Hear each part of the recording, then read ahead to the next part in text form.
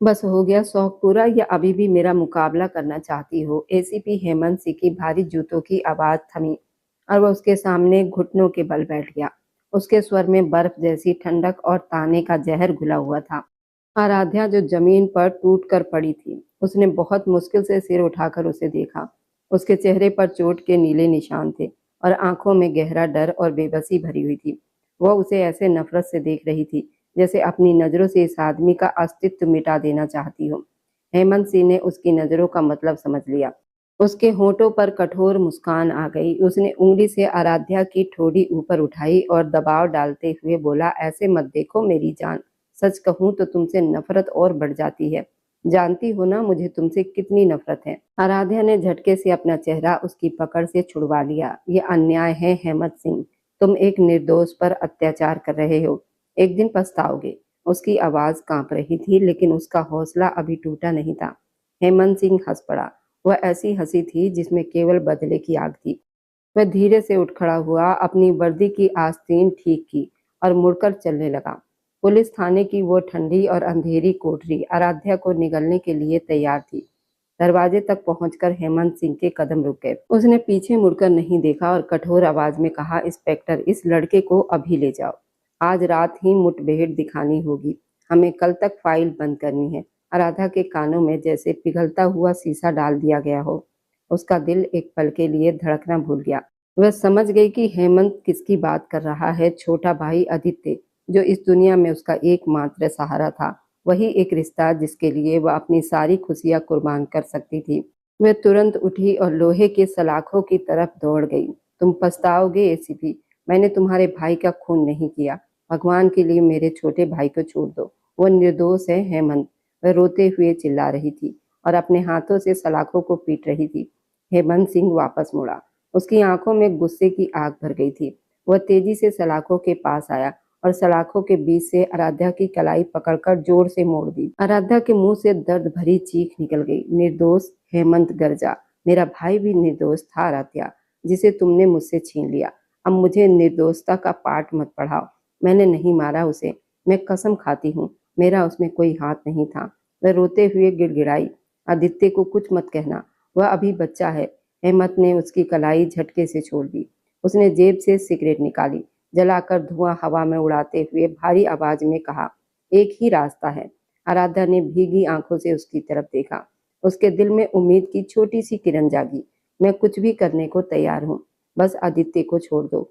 हेमंत की आंखों में अजीब चमक आई, जैसे कोई शिकारी अपने शिकार के जाल में फंसता देखकर मुस्कुरा रहा हो। अभी इसी वक्त मुझसे शादी करो। आराध्या को लगा जैसे उसने गलत सुन लिया हो। वह स्तब्ध रह गई। शादी? हाँ शादी। हेमंत ने सिगरेट का कस लेते हुए उसके चेहरे पर धुआं छोड़ते हुए कहा, तुम्हारा भाई अभी आजाद हो जाएगा, नहीं तो उसके ऊपर इतने मुकदमे डालूंगा कि मौत भी उसे आसान लगेगी।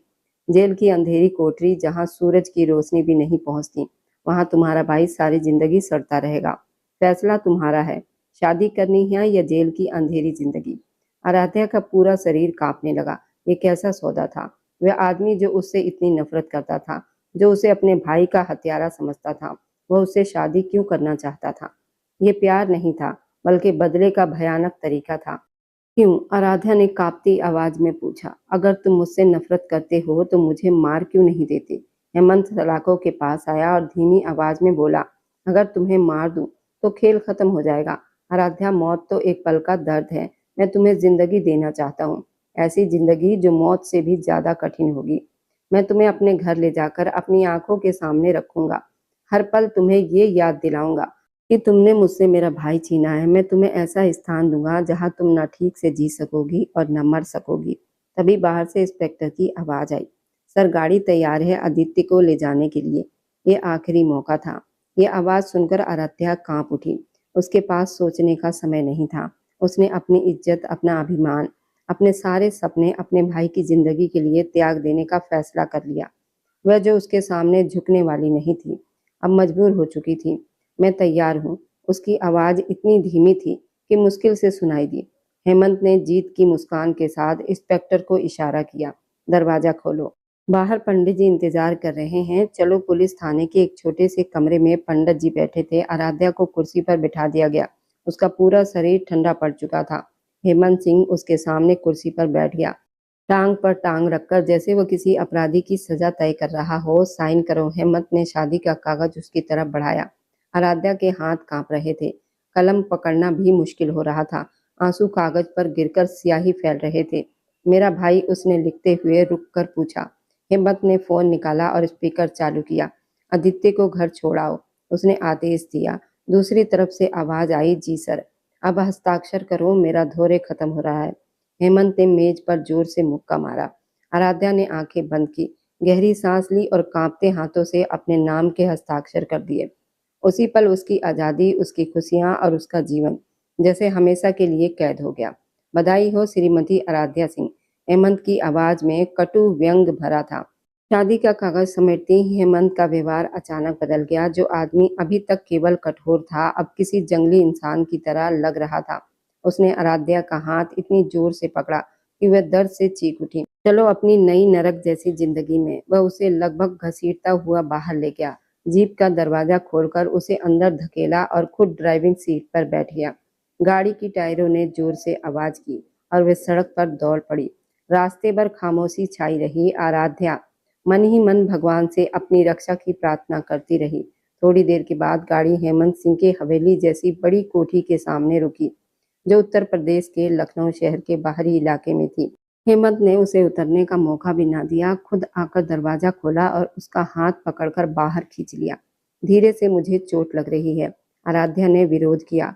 आदत डाल लो, हेमंत ने उसे सीढ़ियों पर घसीटते हुए कहा। अब ये चोटें ही तुम्हारा गहना है। वह उसे सीधे अपने कमरे में ले गया। दरवाजा पैर से खोलकर आराध्या को अंदर धकेल दिया।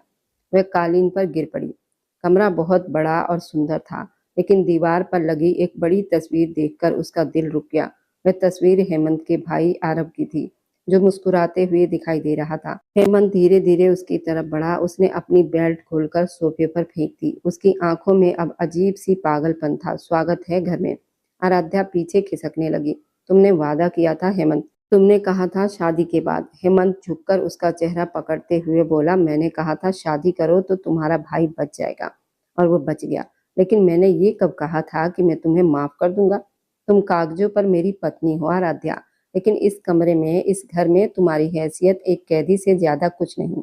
उसने आराध्या को बालों से पकड़कर खड़ा किया। आज तुम्हारी सुहागरात नहीं, आज से तुम्हारी सजा का पहला दिन शुरू होता है। देखो इस तस्वीर को। उसने जबरदस्ती उसका चेहरा तस्वीर की तरफ घुमा दिया। इसे तुमने मारा है, और अब हर दिन हर रात तुम इस तस्वीर के सामने अपने अपराध का बोझ महसूस करोगी। मैंने कुछ नहीं किया, आराध्या चिल्लाई। झूठ। हेमंत ने उसे धक्का दिया। वह दीवार के कोने से टकराई और उसके माथे से खून बहने लगा। आज से तुम इस घर की मालकिन नहीं, बल्कि एक काम करने वाली हो। सुबह 5 बजे से रात 5 बजे तक तुम काम करोगी, और अगर तुमने भागने या किसी से संपर्क करने की कोशिश की तो याद रखना, आदित्य अभी सिर्फ घर पहुंचा है, देश से बाहर नहीं गया। मैं उसे किसी भी समय उठा सकता हूँ। खून उसके गाल पर बह रहा था, लेकिन हेमंत के चेहरे पर जरा भी दया नहीं थी। वह अलमारी की तरफ गया, वहां से एक सफेद गाड़ी निकाली और आराध्या की तरफ फेंक दी। यही अब तुम्हारा कपड़ा है। आज से तुम रंगीन कपड़े नहीं पहनोगी। एक हत्यारे को सजने संवरने का कोई अधिकार नहीं है। आराध्या ने वह सफेद साड़ी अपनी मुट्ठी में कस ली। अभी कुछ देर पहले हुए शादी के मंत्र उसके कानों में गूंज रहे थे, और उसकी जिंदगी का दूसरा और सबसे बड़ा दुख शुरू हो चुका था। वह जानती थी कि ये केवल शुरुआत है। हेमंत सिंह का पागलपन उसे धीरे धीरे तोड़ देगा, लेकिन उसने भी मन में निश्चय कर लिया था कि वह अपनी निर्दोषिता साबित करके ही रहेगी, चाहे इसके लिए उसे किसी भी सीमा तक क्यों न जाना पड़े। हेमंत सिंह कमरे की लाइट बंद करके बाहर निकल गया, और बाहर से दरवाजा बंद करने की आवाज आई। अंधेरे कमरे में आराध्या अकेली रह गई। उसके माथे से खून बह रहा था, आंखों से आंसू। 3 महीने पहले का समय। हटो, रास्ते से हट जाओ। ये मेरा भाई है आरव सिंह। आंखें खोलो यार। लखनऊ के नामी अस्पताल सूर्य सिटी हॉस्पिटल की गलियारों में एसीपी हेमंत सिंह की आवाज गूंज रही थी। उसकी वर्दी खून से भीगी हुई थी, लेकिन वह खून उसका नहीं, बल्कि उसके छोटे भाई आरव सिंह का था, जो स्ट्रेचर पर अधमरी हालत में पड़ा था। अस्पताल में डॉक्टरों की हड़ताल चल रही थी। बाहर नारे लग रहे थे। एम्बुलेंस के सायरन, मरीजों की चीख पुकार से पूरा अस्पताल भय हुआ लग रहा था। कोई डॉक्टर है यहाँ? हेमंत सिंह ने इमरजेंसी वार्ड का दरवाजा जोर से खोल दिया। अंदर का दृश्य बाहर से भी ज्यादा डरावना था। वार्ड लगभग खाली था, वरिष्ठ डॉक्टर गायब थे और कुछ युवा डॉक्टर डरकर एक कोने में खड़े थे या हड़ताल में शामिल होने बाहर जा रहे थे। हेमंत सिंह ने सामने खड़े एक युवा डॉक्टर की कॉलर पकड़ ली। तुम डॉक्टर हो ना? देखो, इसे सीने में गोली लगी है, इसकी सांस रुक रुक कर चल रही है, तुरंत ऑपरेशन थिएटर में ले जाओ। वह लड़का बहुत डर गया। सर, हम कुछ नहीं कर सकते, हड़ताल चल रही है, बड़े डॉक्टरों ने मना किया है। भाड़ में जाए तुम्हारी हड़ताल। हेमंत सिंह गरजा और अपनी पिस्तौल निकालकर मेज पर रख दी। अगर मेरे भाई को कुछ हुआ तो मैं इस पूरे अस्पताल को कब्र बना दूंगा। मुझे अभी सर्जन चाहिए। अस्पताल का स्टाफ डर गया। वहां खड़ा एक युवा डॉक्टर जिसका नाम डॉक्टर ईशान था, थोड़ा दयालु था। यह शायद हेमंत के गुस्से से डर गया था। वह आगे बढ़ा। नर्स, अंदर ले चलो, मैं देखता हूँ, इसका रक्तचाप बहुत गिर रहा है, हमें तुरंत गोली निकालनी होगी। तभी अंदर के दरवाजे से एक वरिष्ठ नर्स नंदिनी तेजी से बाहर आई। उसके चेहरे पर सख्ती थी और आंखों में कठोरता। रुकिए डॉक्टर ईशान, आपको पता है ऊपर से क्या आदेश है? तब तक हमारी मांगे पूरी नहीं होती कोई ऑपरेशन नहीं होगा। हेमंत जो उम्मीद से डॉक्टर ईशान को देख रहा था, नर्स की तरफ लपका। किसका आदेश है? यहाँ यहाँ एक इंसान की जान जा रही है और तुम्हें अपनी मांगों की पड़ी है। किसने रोका है? मुझे नाम बताओ। नर्स नंदिनी एक पल के लिए चुप हो गई। उसे याद आया कुछ देर पहले विभाग प्रमुख के कमरे में क्या बात हुई थी। कुछ देर पहले डॉक्टर आराधना अपने कमरे में आराम से बैठी थी, जबकि बाहर मरीज तड़प रहे थे। उसने नंदिनी से कह दिया था कि कोई भी केस हो, हाथ मत लगाना। डॉक्टरों की यूनियन का चुनाव आने वाला है, हमें सरकार पर दबाव बनाना है।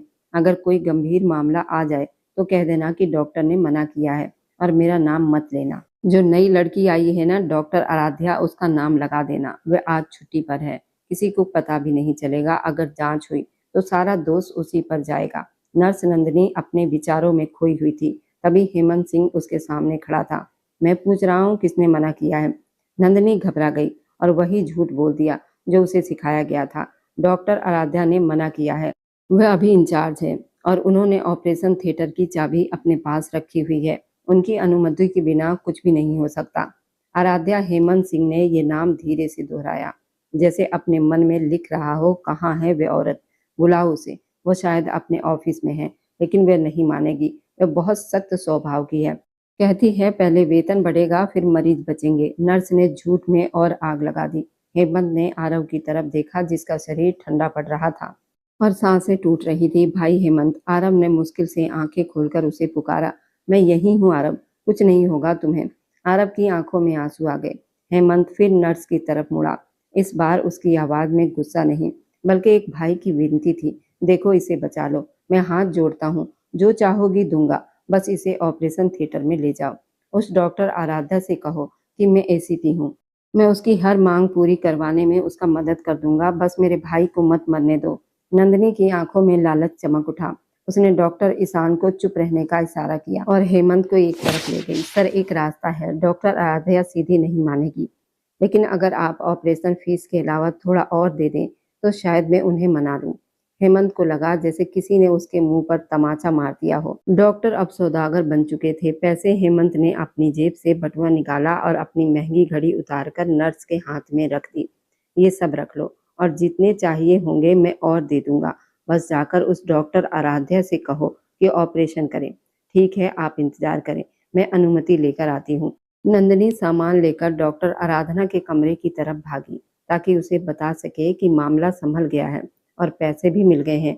हेमंत वहीं दीवार से टिककर खड़ा हो गया। हर गुजरता पल उसके लिए भारी था। पास के स्ट्रेचर पर एक बूढ़ा आदमी था जिसे दिल का दौरा पड़ा था और एक छोटी बच्ची जो आग से जल गई थी, लेकिन कोई डॉक्टर नहीं था। 10 मिनट बीत गए, 15 मिनट। हेमंत बेचैनी से टहलने लगा। तभी मॉनिटर की वो डरावनी सीधी आवाज सुनाई दी जिसे हर इंसान डरता है। हेमंत पलटकर देखता, डॉक्टर ईशान सिर झुकाए खड़ा था और उसने आरव के ऊपर सफेद चादर डाल दी। हेमंत के कदम भारी हो गए। वह लड़खड़ाते हुए स्ट्रेचर के पास पहुंचा। नहीं, ऐसा नहीं हो सकता, मशीन बंद करो। ये आवाज क्यों कर रही है? ये पागलों की तरह चिल्लाया। आरव, उठो यार, देखो भाई आ गया है। डॉक्टर ईशान ने नम आंखों से कहा, माफ कीजिए सर, बहुत देर हो चुकी है। अगर 15 मिनट पहले ऑपरेशन हो जाता तो शायद बच जाता। हेमंत ने डॉक्टर के कॉलर छोड़ दी और अपने भाई की लाश के पास घुटनों के बल बैठ गया। उसने आरव का ठंडा हाथ पकड़ लिया। अभी कुछ देर पहले ये हाथ गर्म था, इसमें जिंदगी थी। सिर्फ कुछ पैसों के लिए हेमंत की आवाज धीमी थी, लेकिन उसके भीतर ज्वालामुखी फूट रहा था। सिर्फ अपनी जिद और पैसों के लिए तुमने मेरे भाई को मार दिया डॉक्टर आराध्या। उसी समय पास वाले स्ट्रेचर से रोने की आवाज आई। वो बूढ़ा आदमी और वे छोटी बच्ची भी मर चुके थे। 3 लोग डॉक्टरों की जिद और लालच की वजह से मर गए थे। नंदिनी जब वापस आई तो ये दृश्य देखकर कांप गई। डॉक्टर ईशान ने गुस्से से कहा, खुश हो अब तुम? 3 लोग मर गए हैं। मिल गई डॉक्टर आराध्या को संतुष्टि। वह भी नर्स के झूठ के कारण असली दोषी आराध्या को ही समझ रहा था। हेमंत धीरे धीरे खड़ा हुआ। उसकी आंखों में अब आंसू नहीं थे, बल्कि खून जैसी लालिमा थी। उसने नंदिनी की तरफ देखा और अपने सिपाही से कहा, इसके मुंह में पैसे भर दो। सिपाही हैरान हो गया। मैंने कहा इसके मुंह में पैसे भर दो, ये डॉक्टर आराध्या की फीस है। पहुंचा देना उसे और कहना कि उसने एसीपी हेमंत सिंह से दुश्मनी मोल ली है। उसने मेरे भाई की जान नहीं ली, बल्कि अपनी बर्बादी लिख ली है। हेमंत जब अस्पताल से निकला तो वह एक टूटा हुआ इंसान था, लेकिन उसके भीतर एक खतरनाक इंसान जन्म ले चुका था, जिसके दिमाग में केवल एक नाम गूंज रहा था, आराध्या, डॉक्टर आराध्या। उसी समय शहर के दूसरे हिस्से में एक छोटे शांत घर में डॉक्टर आराध्या खिड़की के पास बैठकर मौसम का आनंद ले रही थी। उसके हाथ में एक उपन्यास था और चेहरे पर मासूम मुस्कान। वह अपनी छुट्टी का आनंद ले रही थी और उसे पता भी नहीं था कि उसके नाम पर अस्पताल में क्या तूफान खड़ा हो चुका है और बहुत जल्द उसकी जिंदगी बदलने वाली है। उसे ये भी नहीं मालूम था कि उसका नाम अब एक हत्यारे के रूप में लिखा जा चुका है और उसकी किस्मत का फैसला एक झूठ, एक साजिश और एक निर्दयी आदमी के बदले ने कर दिया है। उसी समय अस्पताल में डॉक्टर आराधना अपने कमरे में सेब खा रही थी जब नर्स नंदिनी घबराई हुई अंदर आई। मैडम, बड़ी समस्या हो गई। वह मरीज मर गया। लोग तो रोज मरते हैं, डॉक्टर आराधना ने लापरवाही से कहा। एक एसीपी का भाई था मैडम, और वो बहुत गुस्से में गया है। वह कह रहा था वह डॉक्टर आराध्या को नहीं छोड़ेगा। नन्ही डर रही थी। डॉक्टर आराधना एक पल के लिए रुकी, फिर मुस्कुरा दी। बहुत अच्छा हुआ। अगर पुलिस केस होगा तो रिपोर्ट में किसका नाम आएगा? डॉक्टर आराध्या का, क्योंकि ड्यूटी सूची में मैंने बदलाव कर दिया था और तुमने भी उसका नाम लिया है। हम सब बच गए। लेकिन मैडम, वो लड़की निर्दोष है, नर्स ने डरते हुए कहा। इस दुनिया में निर्दोष होना ही सबसे बड़ा अपराध है नंदिनी। डॉक्टर आराधना ने सेब का टुकड़ा कूड़ेदान में फेंका और कहा, अब जाओ और सबको यही कहना कि डॉक्टर आराध्या ड्यूटी पर थी और उसी ने ऑपरेशन करने से मना किया था। अगर किसी ने सच बोला तो नौकरी चली जाएगी।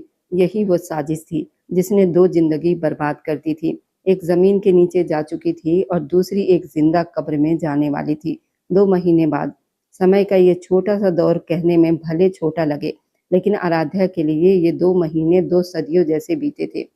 हेमंत सिंह की हवेली, जो शहर के लोगों के लिए एक शानदार महल थी, आराध्या के लिए किसी यातना गृह से कम नहीं थी। इन 60 दिनों में वह लड़की, जो कभी हंसने मुस्कुराने की आदी थी, बिल्कुल मुरझा सी गई थी। उसका रंग, जो कभी गुलाब की तरह खिलता रहता था, अब पीला पड़ चुका था।